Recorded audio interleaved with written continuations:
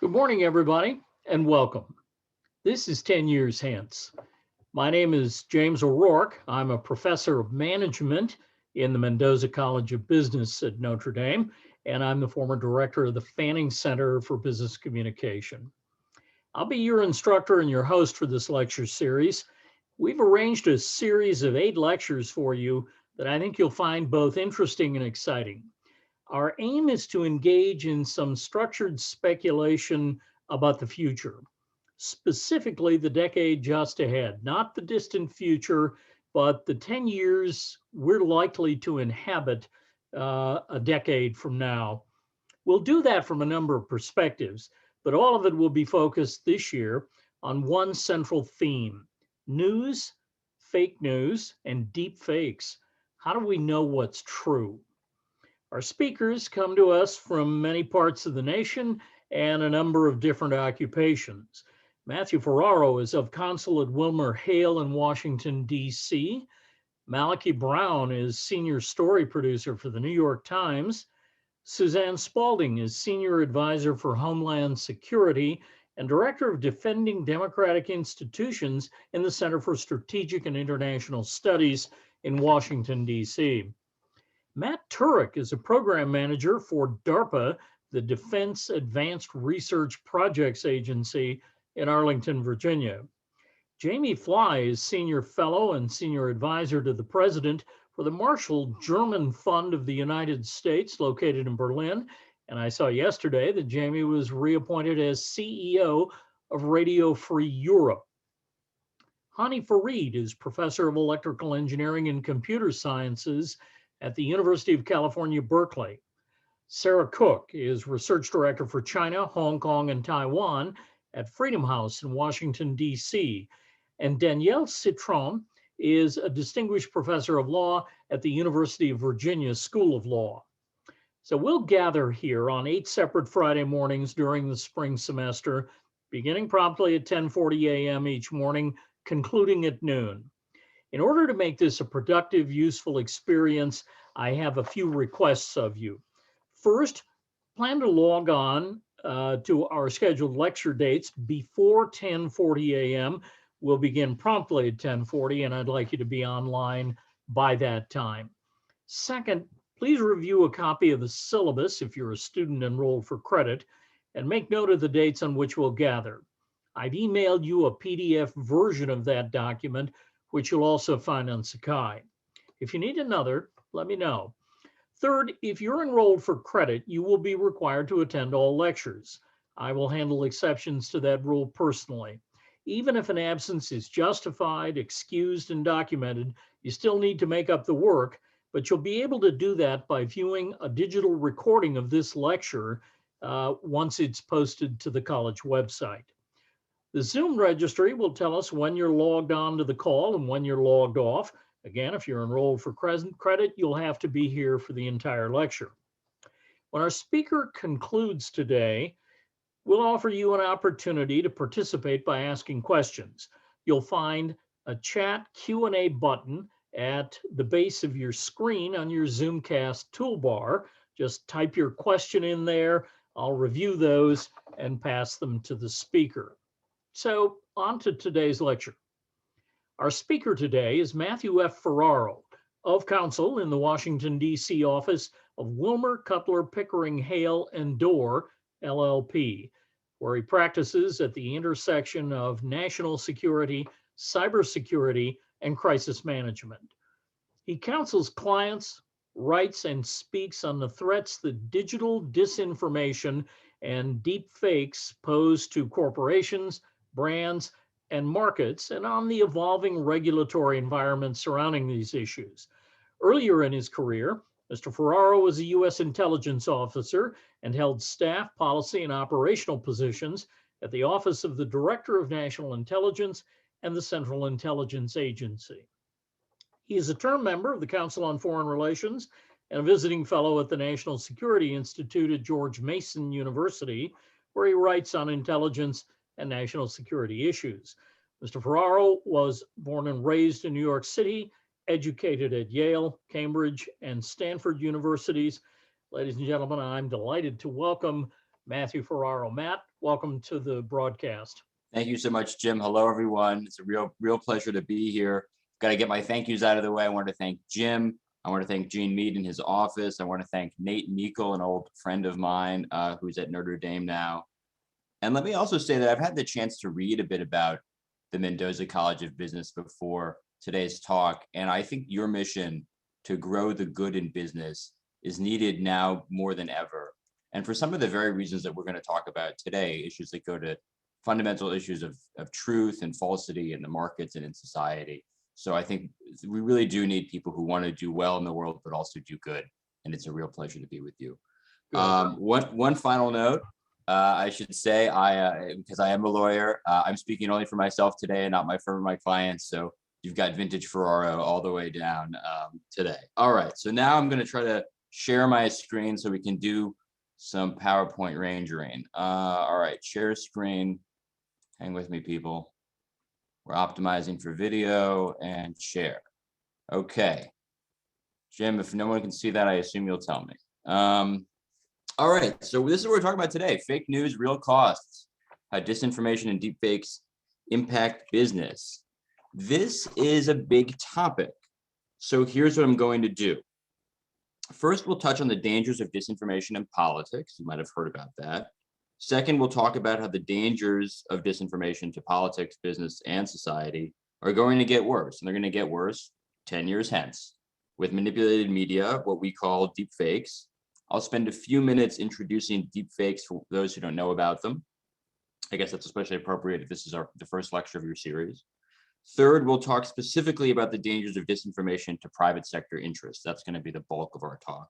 And I'll go through a variety of examples of disinfo harming businesses and the different threat actors at work.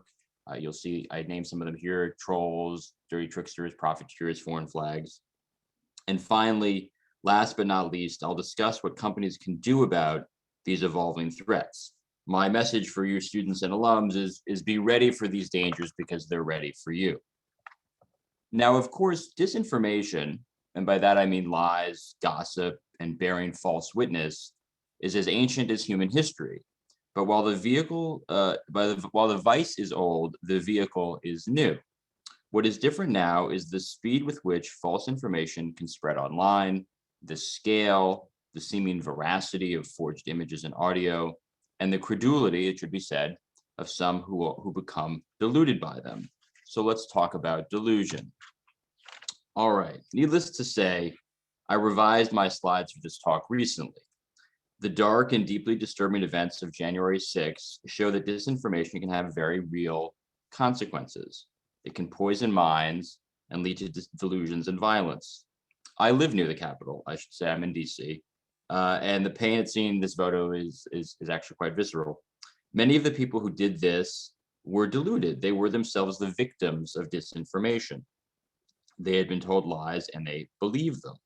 What's notable too for our purposes is that the people who were so deluded were convinced by disinformation that was as basic as it could be, just spoken or written lies.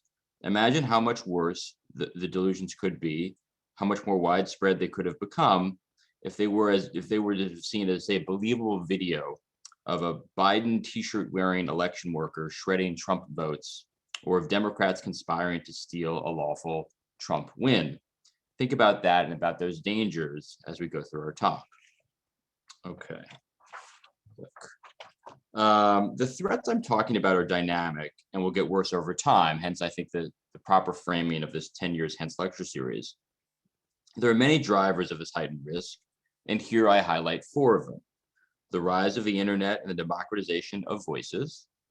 Now everyone has a megaphone. You probably have that on your Instagram or your Twitter.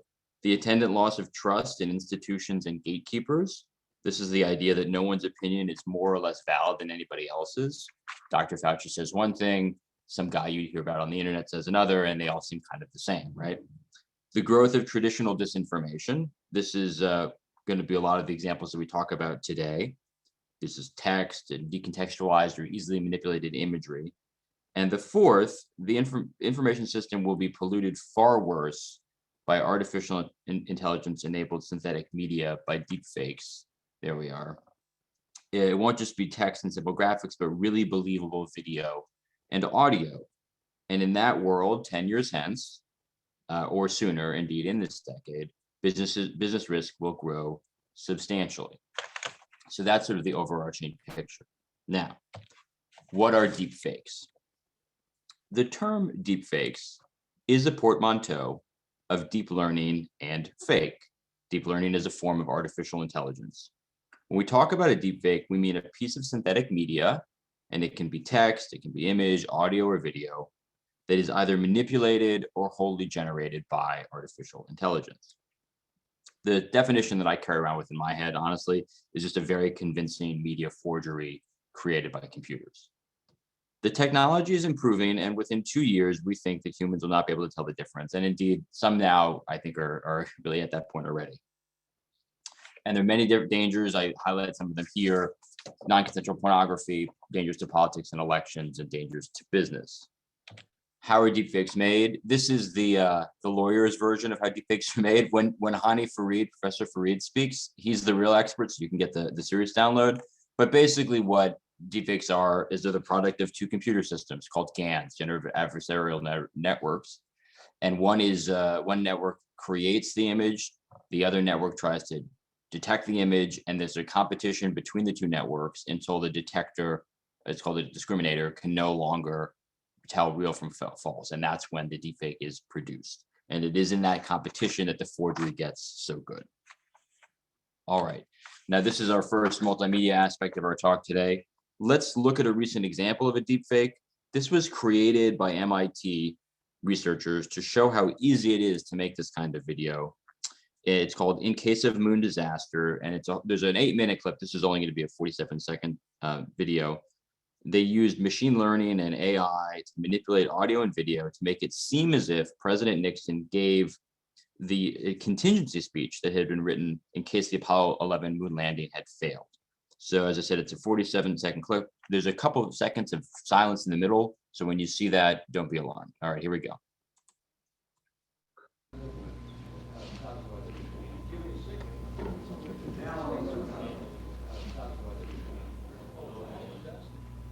Good evening, my fellow Americans. Fate has ordained that the men who went to the moon to explore in peace will stay on the moon to rest in peace.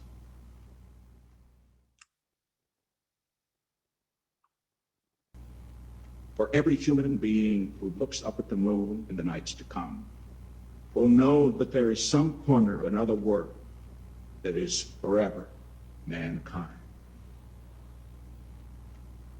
Good night. All right, spooky, right?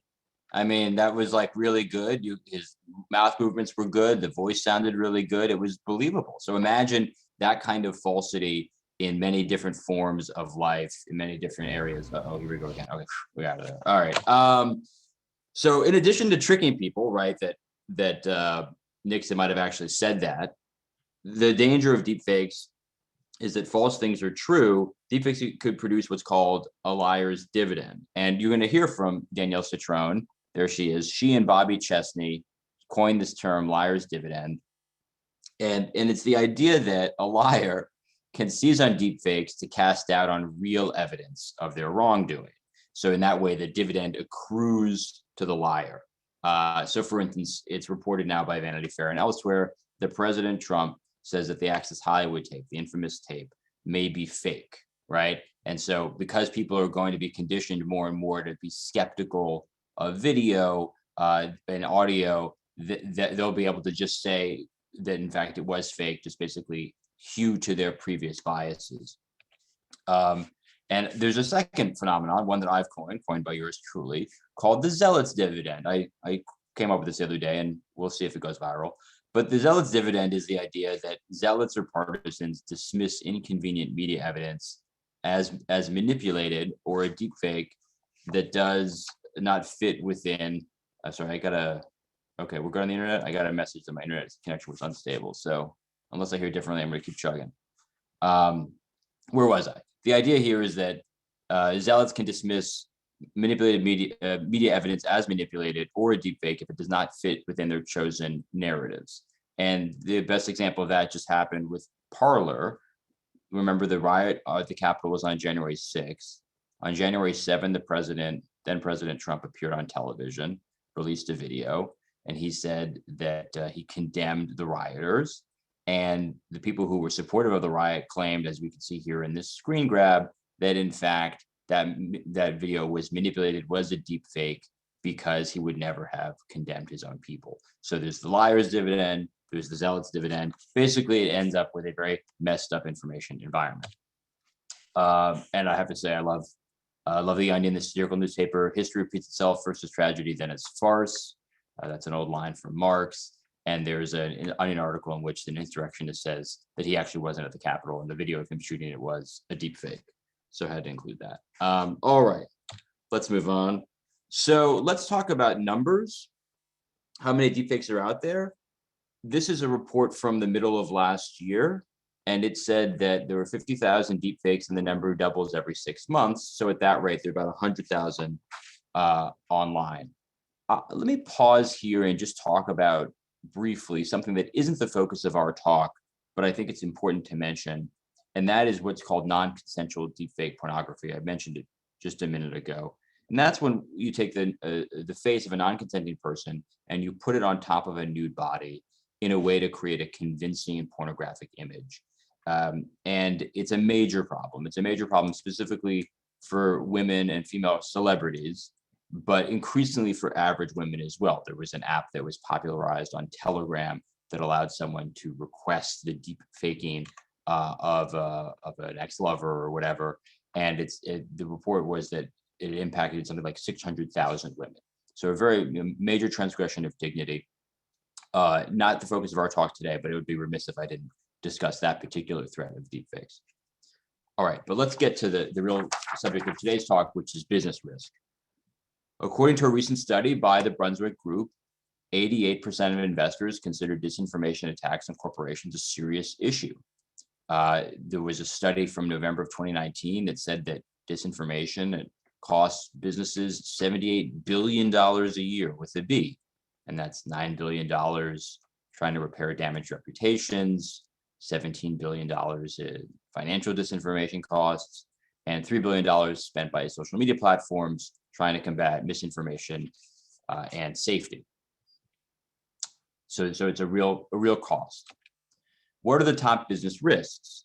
So there are many. I've written about like a dozen in one of my articles, but let me highlight 3 reputational risks. So bad things said about your company or your brand, market manipulation, using information to either run up or run down the price of stocks, and then fraud, using disinformation to steal money, usually through identity theft or trickery. All right, let's talk threat taxonomy. I indicated about this earlier. These are my terms. There's a bit of overlap, but basically trolls are those who launch disinformation campaigns against the company out of animus or ideology or to make trouble. Profiteers are those who launch disinformation campaigns because they want to make money, they want to make profit in some way. And foreign flags, which I think is a particularly interesting and under-theorized issue, is when rival countries and state-backed groups target private companies with falsehoods for geostrategic or economic benefits. All right, let's keep trucking. Oh, this is the fun stuff. Now we get into the examples. Let's talk more about a particular example. This is Starbucks. In August of 2017, someone on the anonymous website 4chan said he wanted to inflict pain on a quote-unquote liberal place.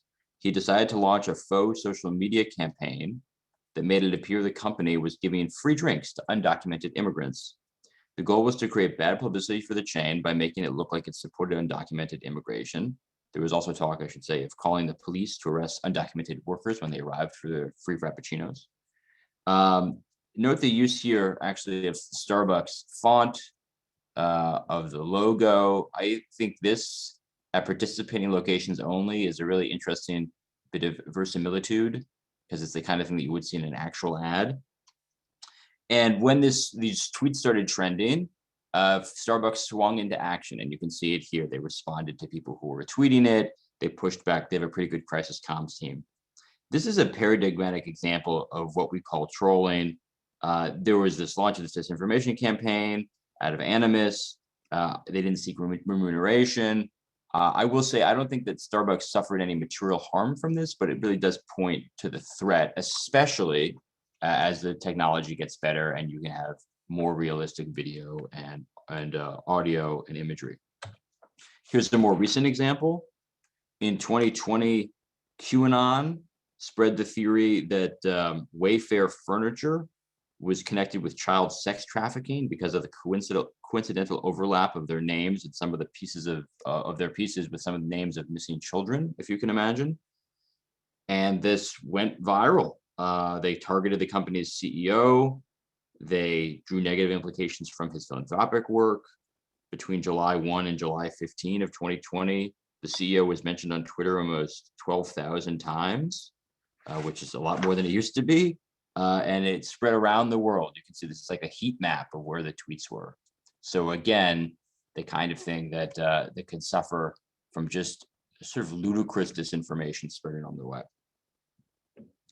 Imagine how much worse it could be with a manufactured video of the CEO saying something untoward. All right, let's talk about profiteers. That was also like just pure reputational harm, but there's money that companies have to worry about. And this is, I think, a really interesting and rather terrifying development. These are people, profiteers, who seek financial advantage from the release and promotion of false information. In a recent and startling development, we've seen the use of what's called deepfake audio. This is AI-enabled clones of someone's voice to trick others to commit fraud. In March of 2019, the CEO of a UK-based energy firm thought he was speaking on the phone with his boss, the CEO of the firm's German parent company. The German CEO had a familiar accent and conducted a regular conversation. He asked the British CEO to wire him about $250,000 to a Hungarian supplier, and the British CEO agreed. It was only afterwards that the Brit realized he was speaking to a fraudster, someone using AI-based software to impersonate the German CEO's voice, and the money was lost. I should say this is all according to the company's insurance firm. We don't know the name of the victim company. We haven't been able to examine the audio itself, but it does pose this threat, a new variant to what is called business email compromise, when someone impersonates a company official via email and tricks another company employee to wiring money or giving their IT credentials. That's something that we counsel on ourselves. All right, so this is an example. The audio is not great. We tested it out before, but in June 2020, a tech company employee received a strange voicemail from a person that identified himself as the CEO, asking for immediate assistance to finalize an urgent business deal. Despite sounding almost like the CEO, the voicemail was a forgery created with computer software. It was, as we say, an audio deepfake. Nisos is the security company that did this investigation. So they didn't lose any money, but again, let's listen to what this sort of thing sounds like. It's going to open a web browser.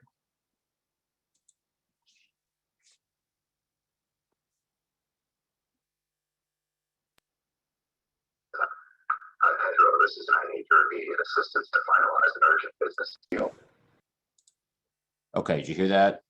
He needed his immediate assistance to finalize a business deal. Again, not great quality, but you can imagine this as a trend. So 10 years hence, how bad is it going to be? All right, let's talk about the markets. The disinformation can be used to move stock prices. And we see this with what I call profiteers in the short seller space. So a couple of years ago, Broadcom announced that it was going to acquire CA Technologies for $19 billion. A phony memo was then circulated, supposedly from the Department of Defense, saying that the US government would review the deal for national security purposes, which is possible. It's work that I do. It's called the CFIUS process. The shares of both companies dropped, and then it was realized that the memo was a forgery. In fact, both companies are US companies, so there's no way that CFIUS would even have jurisdiction. But indeed, it was what someone called a new phase of short seller espionage. And what works for short sellers works for long positions too. For example, in 2014, the SEC charged 2 men with issuing false rapid-fire news releases to hype a small biotech firm. There, the stock price shot up 8-fold. I'm sorry if you can hear the trash cans outside. And JP Morgan Chase has recognized the dangers of this kind of disinformation. In a June 2019 report, their strategist said that fake news and bad news are depressing the market, and they highlighted how market participants who use algorithms that trade based on posts and headlines can amplify the impact on price action and investor psychology of this kind of disinformation. Because you can imagine there's a headline that says CFIUS, the DoD, is investigating the Broadcom CA Technologies merger, and if that's what your computer reads without checking whether or not the memo is real, it could have an impact on the trading. So let's think about how this might play out. Let's talk about both the past and the future. In September of 2018, Elon Musk lit up on a Joe Rogan podcast. There he is. Tesla stock closed down 6% after he did that. There's the CNBC headline. If short sellers knew that was going to happen, they could have made a killing. So maybe next time the short sellers will want to create the short by manufacturing a deepfake video of the bad boy CEO doing something similar. Again, just imagine if there was a video of Jeff Bezos doing something like that. How would that impact the stock? All right. Now let's talk a little bit about foreign flags. These are the third category. I mentioned that they were largely under-theorized, and this is the idea that a foreign government would use their apparatus to target private companies. And there's a great example here involving Russia. Russia runs a network, television and online network called RT America, and its aired a series of deceptive reports on the dangers of 5G technology. They say that 5G technology signals hurt brain cells, they cause infertility, they cause autism, they can cause heart tumors and Alzheimer's, and all these claims lack scientific support, as the New York Times reports. The goal here is to sow doubt about the technology that the US believes is key to the future of the US's high-tech dominance. But by doing so, in the great geopolitical game, they harm the private sector. And again, we have another example of that. This is more recent, and this is an example of a foreign flag, the Chinese state, using disinformation to promote a national champion. A national champion is a foreign company that is sort of under the best graces of the government because they want it to lead in its industry. So in December of 2020, a Belgian trade lawyer wrote an article for Huawei attacking an anti-Huawei law. Huawei is a Chinese tech company you're all aware of. The fake telecom experts that were dozens of accounts run by the Chinese government, retweeted the article, right? And there's the fake Twitter profiles here. They all look so friendly. And then Huawei itself retweeted it as well. And so millions of views were pushed by these seemingly authoritative voices online. These are often referred to as sock puppets. So again, that's the use of disinformation, or in this case, regular information filtered through sock puppets, regular opinion filtered through sock puppets to promote a foreign brand. And there have been other examples. I don't have a slide on this here, but they have other examples of China attacking U.S. companies, specifically actually around COVID. There was an example where they pushed very bad news of questionable veracity about the Pfizer COVID vaccine as a way of kind of knocking it down a peg and promoting its own Sinovac vaccine, China's own Sinovac vaccine, excuse me. So it really goes both ways. And I think that this problem is going to increase because there are about 70 countries now or more that have disinformation units. These are specific military units that push disinformation. And it's really only a small step for them to push not only disinformation about political and military actors, but also about businesses. And also, as I say, to repeat myself, I think that something similar would happen vis-a-vis with disinformation with regard to like synthetic media. Not that hard to create. So then all of a sudden you've got synthetic media to contend with as well. All right. So what can businesses do about this disinformation? How can you possibly, these are all these terrible threats we talked about. What can businesses possibly do? Well, Notre Dame, great sports school. I want to talk about the Elite Eight. I think you could proactively communicate your message. This is the most important thing a business can do on the front end. And I wrote an article about this not that long ago. Research shows that proactive messaging can establish sturdy defenses to bogus claims. A recent paper in Harvard's Misinformation Review about COVID-19 disinformation observed that 87% of the public believed that hand washing and social distancing inhibit the spread of the coronavirus. The public accepted this truth because the public had already absorbed messages about the efficacy of hand washing and social distancing in preventing the spread of the seasonal flu. By contrast, more than 1 in 5 people surveyed believed that vitamin C was a remedy for the coronavirus, in part because of longstanding misperception that vitamin C cures the common cold. These findings suggest that in the business context, a company should take steps to establish its brands and its message in the public's mind early on, before misinformation starts to spread.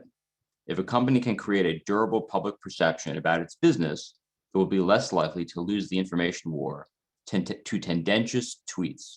And I think that's absolutely right. So message for all of you business people out there, make sure that you're on all the social media platforms, that you have verified accounts if you can, that you have a regular stream of posts. Doesn't have to be every minute. But again, the idea of this is establishing your authentic voice online.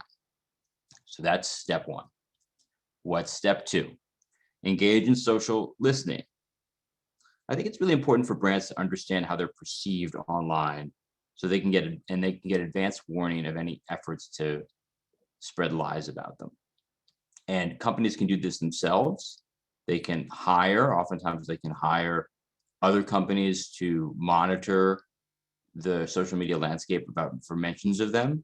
But this is kind of like early warning. You want to know what people are saying about you. I think really key to early warning as well is number 3, which I refer to as self-assessment. And in that, I think companies really need to look in the mirror. What upcoming events carry the greatest risk? What aspects of their business are most vulnerable to attack? And what messages would have the most resonance? So I think that this is both, one can imagine if you're a cigarette company, health concerns about health, whether genuine or not, would be the most significant risk. I suppose in telecom as well, 5G, that's where the risk is actually not genuine. It's an ersatz risk, but that's where people would be very concerned about it. We've seen that a lot in the COVID era. There were actually arson attacks on telecom towers. And so recognizing that that is a potential risk that people will be concerned about public health is, I think, a first step. There's also, that's sort of in the corporate reputational area. There's also the IT area. What are your IT protocols? Do your employees know about deep fakes, about the dangers of them? Do they know how to handle odd requests for money? I know some companies, for instance, that require people to get on a video call so that they can discuss whether or not whether they should okay a transfer of funds, that sort of thing. I think that's really important. One other thing on self-assessment before I move on off of it, I think this is an area where like mergers, acquisitions, these would be prime pain points for any kind of disinformation malfeasance. We saw that with the Broadcom CA Technologies merger. That disinformation attack was constructed around the merger of the two companies. So in that circumstance, I think you'd want to make sure that you're prepared for any kind of attacks, any kind of mischief that others might make. All right, number 4, register your trademarks and copyrights. Now, this is, I think, often overlooked. And the reason I highlight this is because of the power, the legal protection that you have for trademarks and copyrights. That is not true for many other things. So you have, of course, the ability to sue someone who misappropriates your copyright or your trademark. And remember the Starbucks example, the Starbucks coffee mug and the logo with is she a princess or a fairy or something, whatever, that all, billions of coffee cups. That was a copyright infringement, almost assuredly. And so that they would have had a claim against anybody who trafficked in it. Also, and I think this is somewhat overlooked, oftentimes bad stuff on the internet kind of stays up.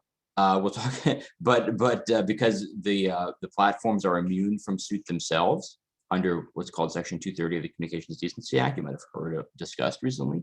But there are exceptions to CDA 230, and one of them is for IP, intellectual property.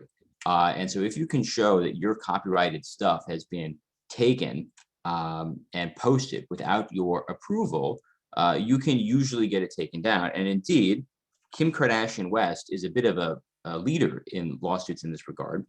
And in 2019, anti-advertising activists uploaded to social media a deepfake video of Kim, we're on a first name basis, me and Kim, appearing to say things she never said. She'd sort of talked about the activists themselves. Vogue magazine had posted the original video on which the deepfake was based, and they had posted it a few weeks earlier. And on that basis, because it was their video, or their underlying video, Vogue's publisher Condé Nast was able to lodge a copyright complaint on the manipulated video and have it taken down. So I think that is, an example of the kind of thing that if you have material copyrighted or trademarked, you can have it taken down. I should say, of course, the copyright's adhere to any visual work. You don't actually have to register it, but it makes it a lot easier if you register it. So quick legal tip there. All right, so let's get to the next set of the Elite Eight. Number 5, this is the big one, prepare. That's why I do these talks, right? Business leaders should prepare for disinformation. And preparing means a lot of different things. You need to increase training for team members to be on the lookout for deepfakes. I mentioned that before. You have to improve your internal security protocols.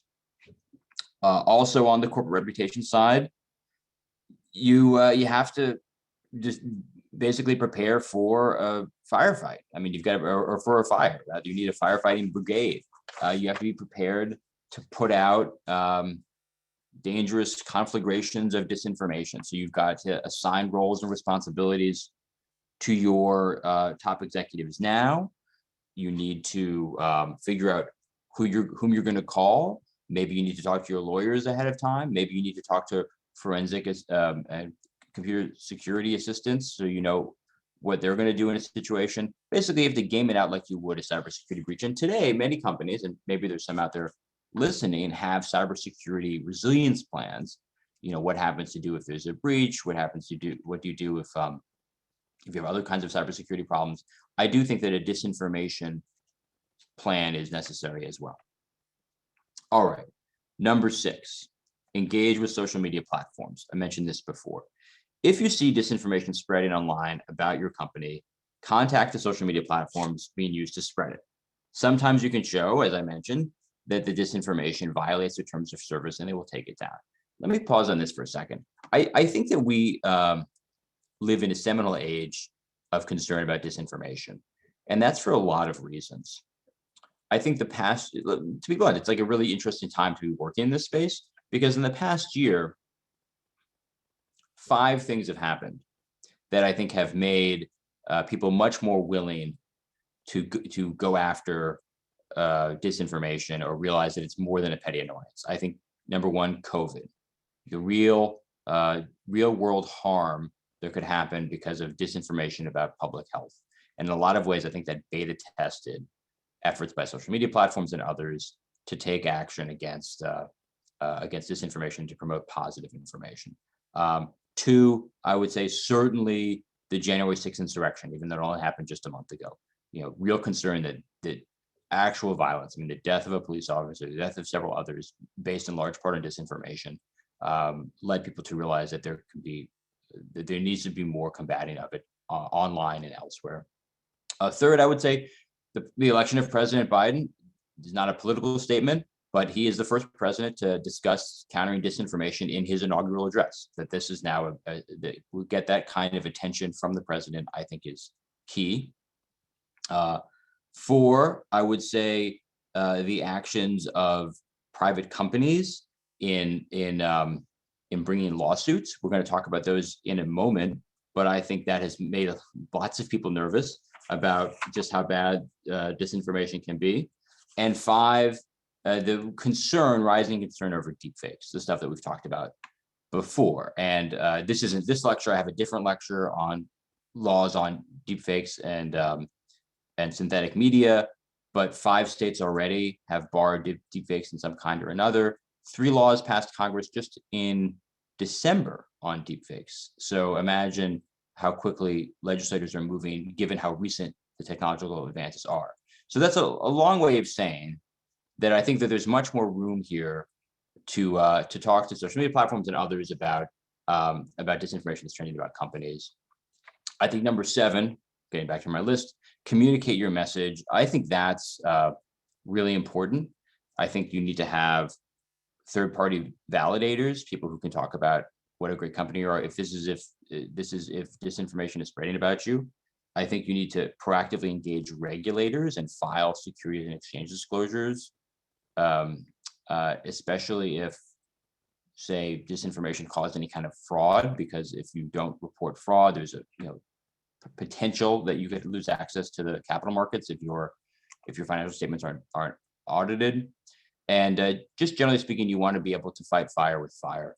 Back to my firefighter analogy. If someone's speaking poorly about you, you want to be able to respond. And finally, number 8, if necessary, go to court. And it's not always the best thing you want to do, but it's what we lawyers live to do. And there are examples of successful court cases. So I would like to sort of round out our talk by talking about that. But first, I'm going to take a sip of water. So you might have heard about this. This is a case study of a successful lawsuit.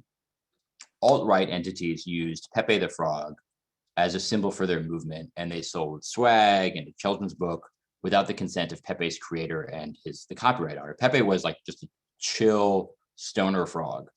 So my firm, Wilmer, Hale, my colleagues, brought a lawsuit on behalf of the creator against a lot of people, including against Alex Jones's InfoWars media platform and others for copyright infringement. As I say, the good guys won. They pay damages, and now there's even a documentary movie, an award-winning documentary movie made about the case called Feels Good Man, which I highly recommend. There's a scene in which my colleagues are seen walking slow-mo down the hallway like out of Reservoir Dogs, so we're very proud of them. And finally, this just happened the other day, but both Dominion and Smartmatic, these voting machine companies, have launched these really extraordinary lawsuits against a number of television personalities and media groups, and they've gotten some significant success. I mean, Fox News has issued retractions, Newsmax has, another website whose name I'm forgetting has as well. And my friend Emerson Brooking, who writes in this space, he said that Dominion continues its transformation into the nation's most effective content moderation service with a side business in voting machines, which I thought was just too precious not to include. But again, I think the issue is when the facts are on your side and the law is on your side, you can definitely go to court and you can get some success. So I think that's, one more thing. Good information hygiene. I would be remiss if I didn't talk about this. This is not so much about businesses. This is about being a good person. Be skeptical, not cynical. Be skeptical of the information you receive, but don't be so cynical as to believe that it's all made up. Don't retweet or share phony things. And the corollary to that is don't retweet or share things whose provenance is suspect. Interrogate your sources of information. Trust experts and established journalists, not internet randos. That gets to the thing that I said at the beginning, that everybody looks the same. All information seems the same on the internet in terms of veracity. So, you need to actually trust the experts and not just people who say that they have a brother who knows something about the vaccine. Look for corroboration from others, right? So that is another way of just interrogating your information. If it's too outlandish to be true, it's probably false. I think that's obvious to say. Most important thing for you all out there, pay for news, please. Subscribe to newspapers.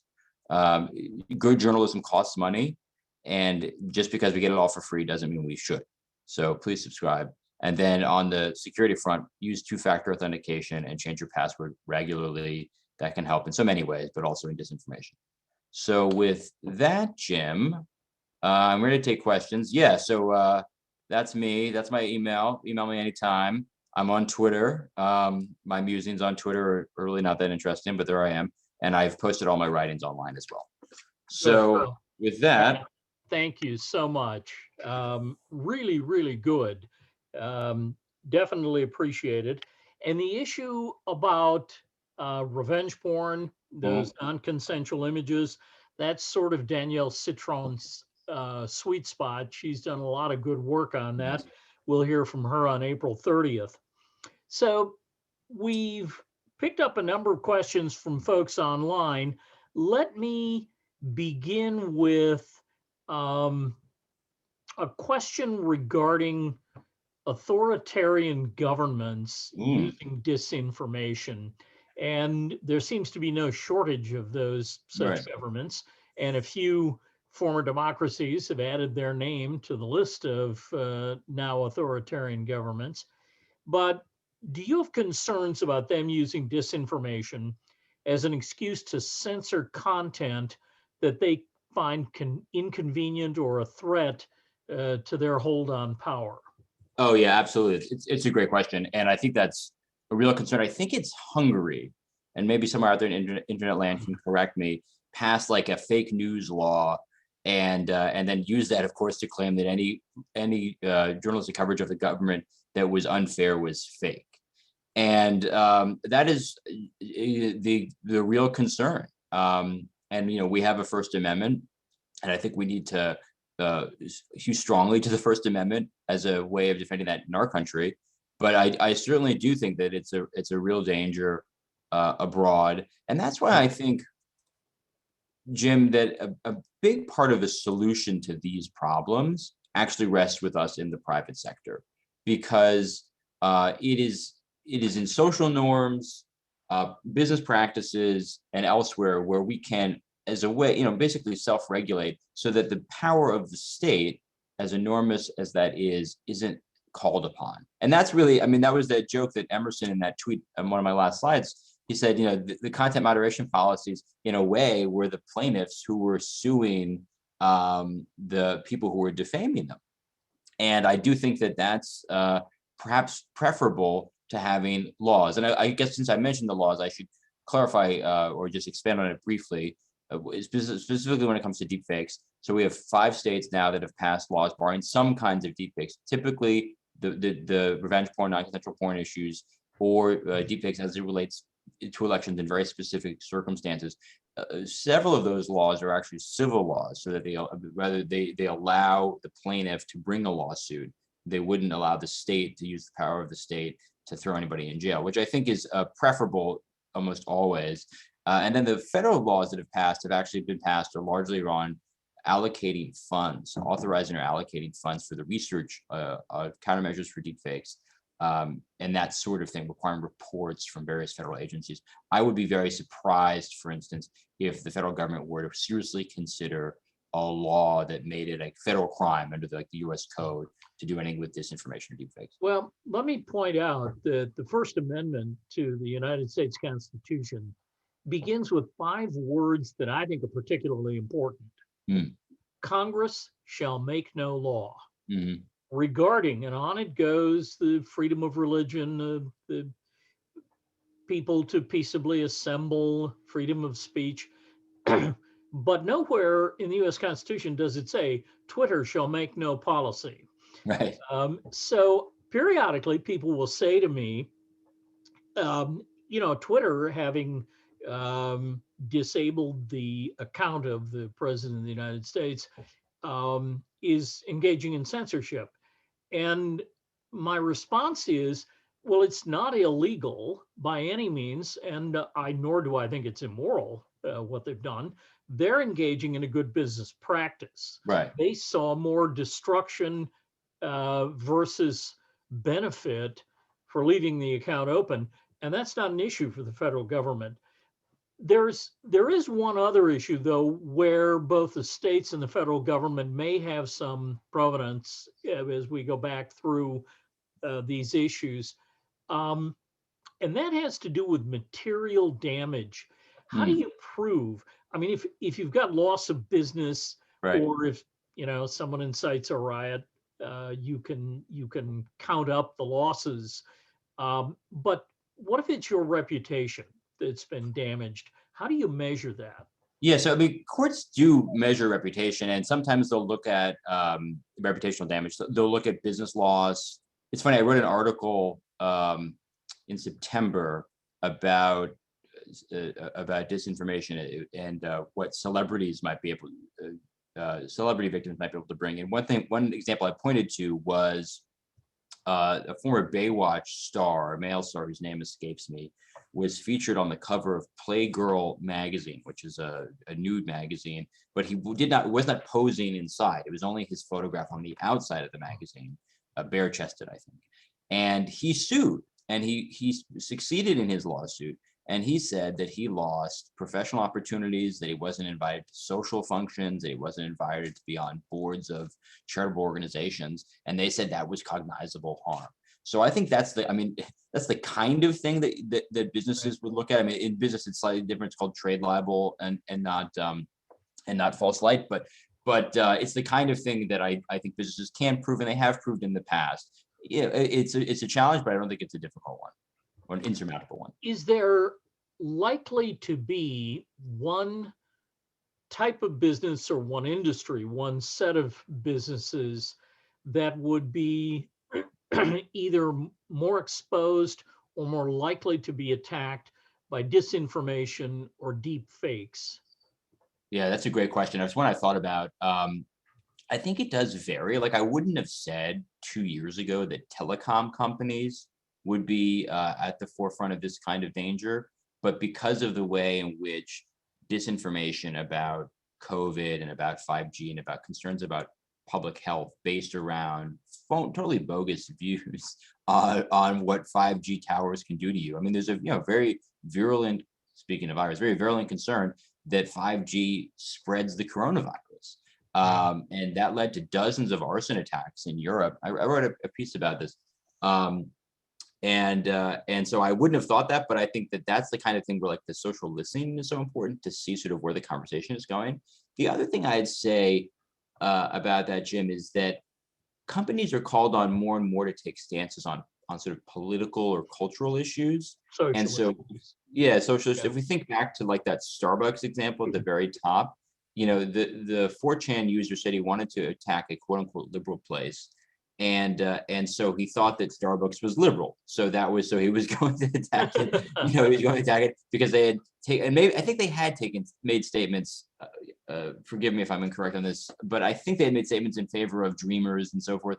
And so this was and of course, Howard Schultz famously took out those full-page ads in the Wall Street Journal and the New York Times and said, "While we respect your Second Amendment right to own and carry a gun, please stop bringing them into our coffee shops." It's a great example. My baristas are not trained to deal with you guys, so knock it off. Yeah, and it's a that great kind example. of drew a line. Yeah. So here's a kind of interesting question about protection. Is it possible to buy insurance against liable or deep fakes? That is such a great question. So I have in a paper that I wrote that I sent you, Jim, on identifying legal and business risks of disinformation deepfakes, I talk about cyber insurance, because cyber insurance is a major business for cyber breaches. But so far as I know, there is certainly no standardized insurance for this particular issue. I think insurers have to have track records so that they can model the cost benefit of doing an insurance policy. But I do see this as a potential area for expansion, both for the insurance industry and for the insured. So again, I think it would probably fall in, to be more specific, probably fall into any sort of like general crisis management insurance and any sort of general litigation insurance. But I know of no particular disinformation insurance yet. But maybe 10 years hence there will be. Maybe indemnity insurers keeping Radian 6 on speed dial. Yeah, that's right. So there are some other interesting issues, and one of the things that is still swirling around in my head is the issue of Section 230. So two things. One, could you give us a brief explanation of what Sure. that section of the Communication Decency Act says? And then the follow-on is, what are the chances 230 will be repealed? And Yeah. if so, in a fit of anger or pique, how damaging would that be to the platforms themselves, Instagram, Twitter, Facebook, and others? Can they continue to exist without that protection? Sure. Well, I just grabbed off my shelf here the 26 Words That Created the Internet, which is the definitive book by a friend of mine, Jeff Kossoff. He's a professor at the Naval Academy on Section 230. So if you really want to learn about it, this is the book to read. What it does is it basically does two things. It grants immunity to the platforms for content that is placed there by third parties. That they are not a publisher. They are simply just carrying the information of a third party.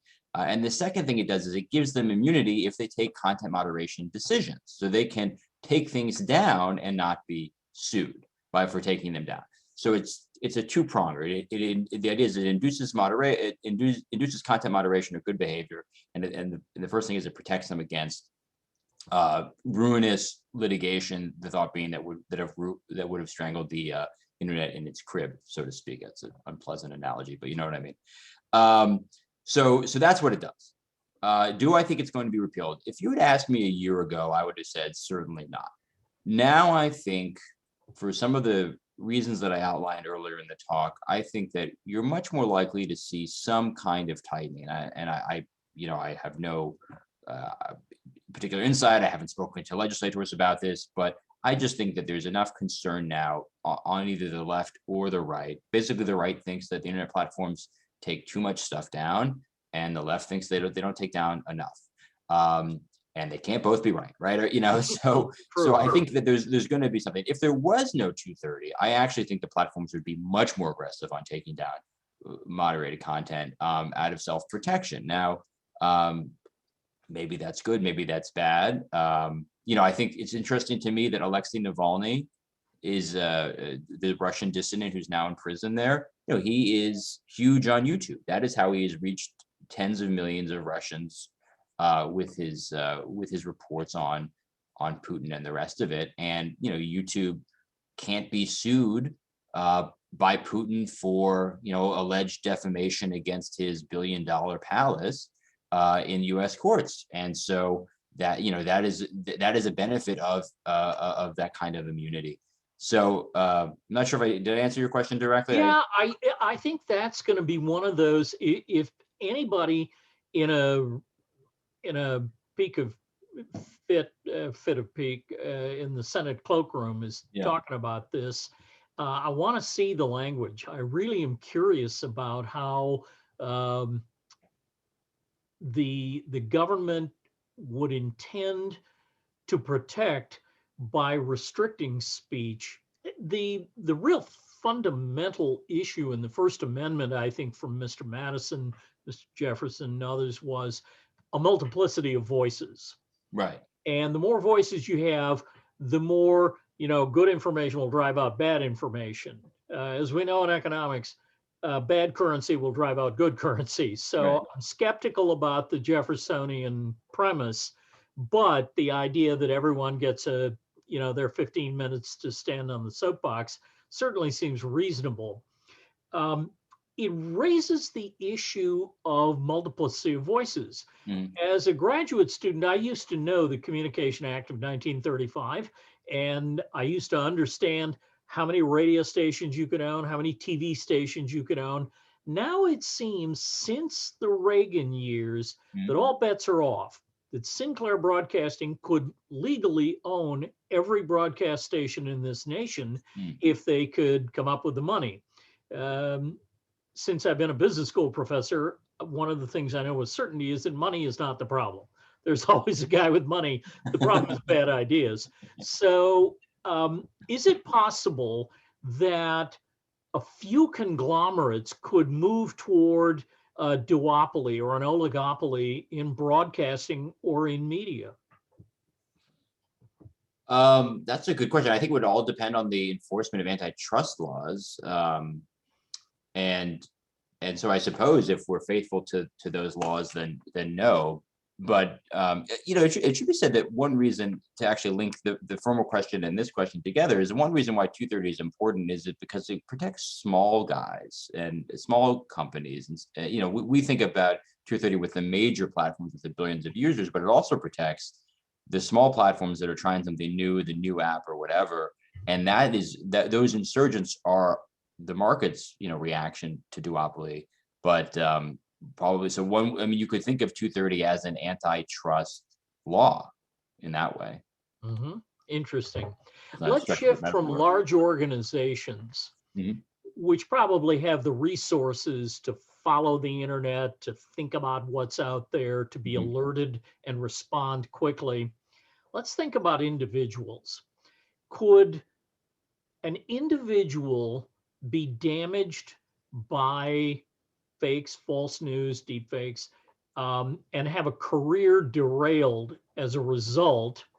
And if true, and I believe the answer to that is yes, but if true, what can our young graduates do about that? What measures should they put in place? What actions Yeah. should they take?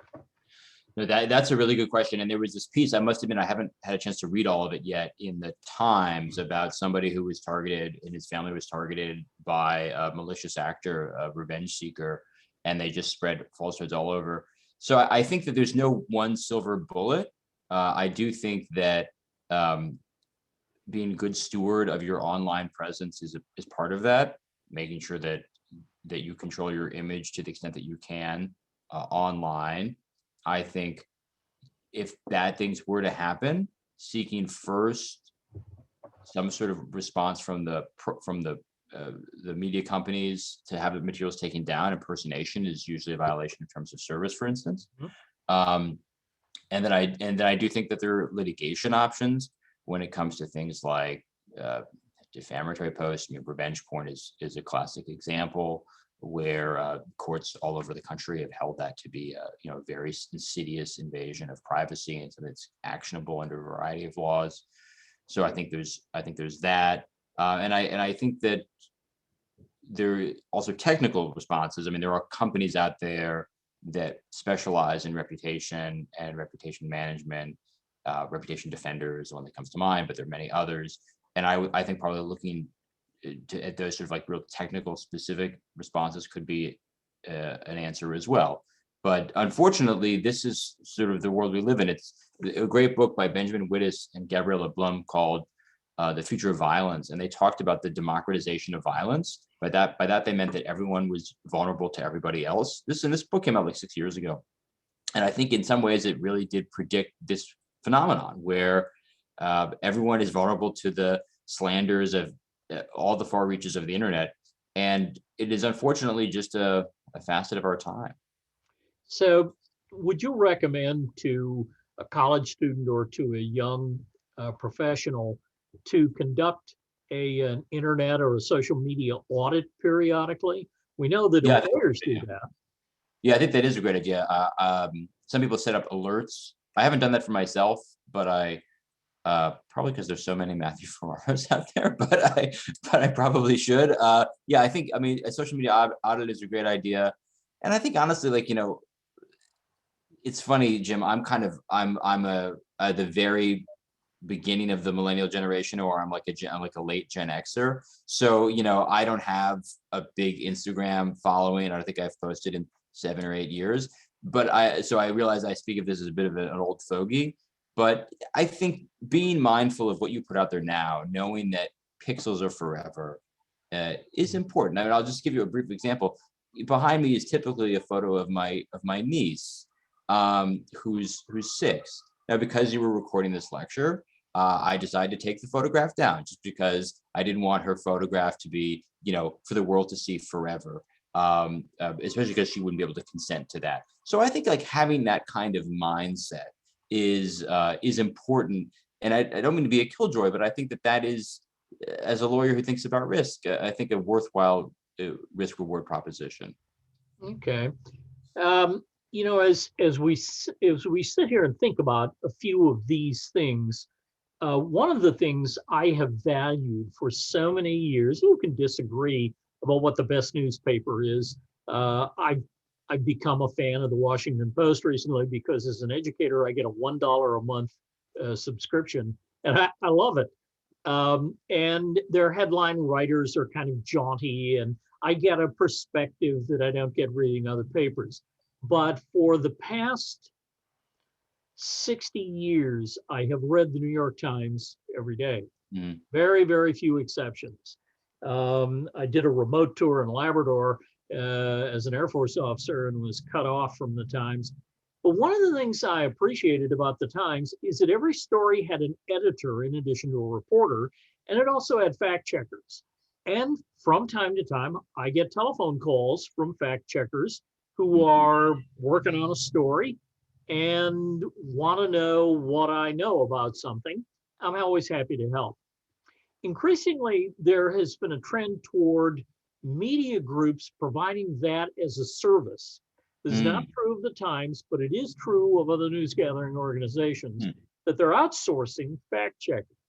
That brings up the potential for conflict of interest. If the media groups have other financial incentives, do you see that as a problem, or are you still pretty confident about major news gathering organizations? Well, that's a great question, Jim. I haven't thought about that particular aspect. I think that I do think that I'm still confident of major news organizations for the reason that they abide by journalistic principles and that they have fact checkers, generally speaking, and that when they fail, they're punished. I mean, like when there's if they make a mistake, they publish a correction, and then if there's an issue of true deception, like I'm old enough to remember the Jason Blair story decades ago when the New York Times author, created quotes. He was fired. The executive editor was fired. And why? Because of journalistic standards. They abide by certain professional standards. So I think to the extent that we trust news, we should trust news organizations that abide by these important ethical precepts. And so that's your question. I mean, I would be suspicious of any media organization or fact-checking organization that had conflicts of interest because it would traduce those moral precepts, those journalistic precepts. Yeah, I also think there is something to this notion of simply trusting people for who they are. I would tell you, since I've studied communication and I've written for newspapers and I've been a broadcaster. First thing I would tell you is nobody conducts a military career of 20 years and then goes into higher education because he's looking for money. There isn't any here. This is all a fake background, by the way. And by the way, I'm living in Indiana where housing prices are affordable. I will say people don't go to work for large news gathering organizations, CBS News or the New York Times or the LA Times, the Dallas Morning News, because they're looking for money. They go because they respect the truth. They care about the truth. And the one thing that matters most to them is their credibility, which comes from the Greek kratos, faith. I have faith in you because I see you as credible. Right. And so that's just sort of a comment about how to look at news gathering organizations and what they print, what they say. One of our viewers online asked about people who fail to take action in challenging or removing information about you. And if that someone is relying on misinformation, could you find yourself in trouble because of some form of duty of care? Now, I think back to brand protection. Yeah. If Kimberly Clark did not defend the brand term Kleenex, it could become generic, Right. and they could lose control of that. Is it possible for a person or a business to lose control of their brands, their logotypes, their trade dress, because they failed to act? Only in very narrow circumstances. And actually, the Pepe the Frog case is instructive here, because one of the claims, that litigation involved many different lawsuits in many different courts. I sort of summarized it briefly in that slide. But one of the claims was over what was termed memification, because they had taken Pepe and they had put him on all these alt-right memes. And the defense that Alex Jones and others raised was that when it became a meme, it lost copyright protection. And the court said, no way. So, I mean, as we said in our That's filing, encouraging. Was that a federal court that said that? federal court in California.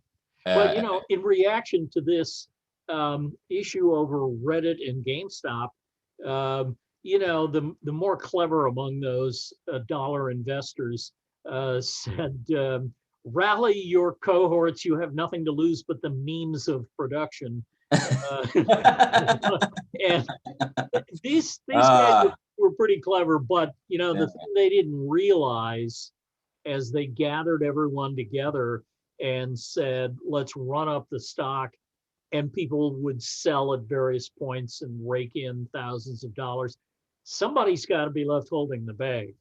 And this is a classic pyramid scheme. So there is a law, I'm sure you're familiar with, Sullivan v. New York Times. Yes, of course. Yeah. And the essence of that law says that the news media, and presumably we put internet platforms into that category, treat public figures differently from the way they treat private figures. Mm-hmm. And for a media organization to declare that you're a public figure doesn't make you a public figure. You become a public figure on your own by running for office, or by giving public speeches, or by making your communication public. If people aren't public figures, two-part question. If they aren't public figures, are they protected in some way?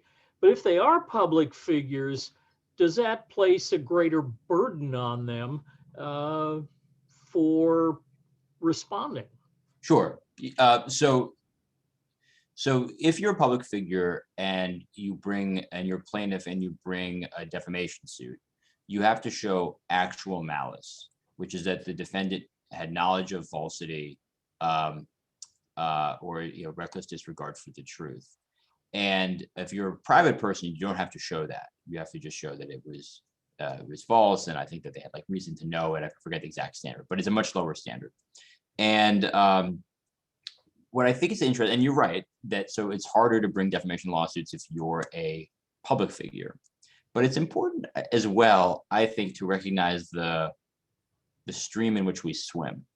And for a lot of the reasons that I discussed in the presentation, I would not be surprised that if in the fullness of time, 10 years hence, we see, and a lot sooner than that, we see judges slightly narrowing the definition of public figures and slightly reducing the burden to show actual malice. Because I just think, for all the reasons that we discussed, there is this growing concern that disinformation is really quite dangerous, and the traditional guardrails that we've had against it are insufficient. And to something else that you and I discussed, Jim, I think there's real concern about having the government issue some sort of fiat or other kinds of major regulation, and much better to handle this in the specific context of lawsuits where there's specific circumstances, specific facts, specific laws, specific damages, than in sort of like broad brushstrokes. So I hope that gives you some sort of an answer. Some years ago, and this is a question about online algorithms, but some years ago, I was giving a talk at the Stanford Business School, and I first heard the term filter bubble.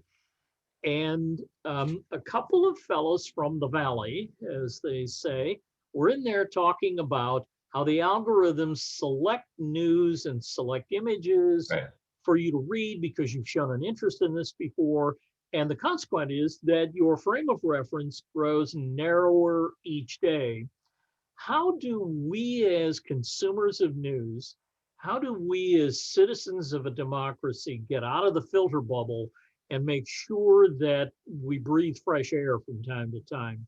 Oh man, that is a great question, and it's a hard one to answer. Because I think that, well, maybe it's easier to answer and harder to do, right? I mean, I suppose it's reading more news from more sources, probably talking to more people, living elsewhere wouldn't hurt, and I suppose using the internet and social media to actually engage with people who aren't in your personal bubble. Now, all those things are hard. Obviously, Right. it's hard to move someplace.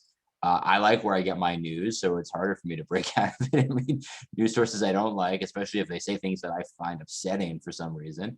I'll tell you one thing that I think actually does help, Jim, and that's like kind of ignoring politics sometimes. Like have friendships in your life. I hold up the mirror and try to do this to myself. Like I try to have relationships in my life that are not based at all on any kind of hot button issues, like conversations about sports teams or about, friends in common. I like Star Trek and Star Wars, and I've got like a buddy I'm thinking of now who he and I have very different views on politics, but we can like talk about how we rank the Star Trek movies, and that is it's like a very sensible way to just sort of have human connection. And I think that maybe it's just as simple as that. But if anyone out there has got great answers, I'm all ears as well. Well, about 3 days into the 9/11 catastrophe, and it was just unrelenting, and it was both depressing and it was emotionally difficult. Tom Brokaw from the anchor desk at NBC said, if this is really bothering you, if you're getting depressed, if this isn't working, turn your TV off. Go play with your kids, wrestle with the dog, go for a walk. And, that was pretty good advice from a guy who makes his living from you turning on your TV. Yeah. The other thing I do say to my students is broaden your consumption of news. I taught for half a year. Excuse me. Yeah. Nothing you can do about a sneeze when you're live. I taught from January through May in 2018 in London, and I began reading the London papers. Today, I must tell you, I get the news updates, I get a legal bulletin, I get a business bulletin, I get the headlines from the BBC and from the Times of London, and it's really helpful. You're getting a different perspective. I also served in Germany for a while and worked for Ambassador Mansfield and the embassy in Japan. So I read the English language edition of Asahi Shimbun. You get a nice Asian view there. I read the English edition of the Frankfurter Allgemeine Zeitung, and you get a really interesting view of Europe.